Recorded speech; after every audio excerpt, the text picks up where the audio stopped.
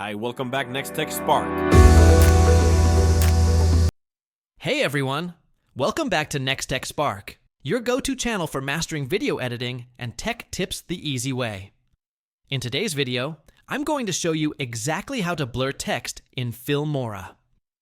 Whether you're trying to hide sensitive information, sense a part of a title, or create a cool visual effect, blurring text is a super useful tool, and it's really easy to do once you know how.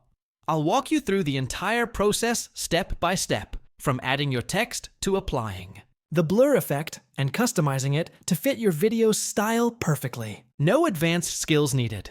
This tutorial is designed for both beginners and intermediate editors. So, fire up Filmora, and let's dive in together. And as always, if you find this helpful, make sure to hit that like button, subscribe, and turn on the bell icon so you never miss a new tip from Next Tech Spark. Let's get started.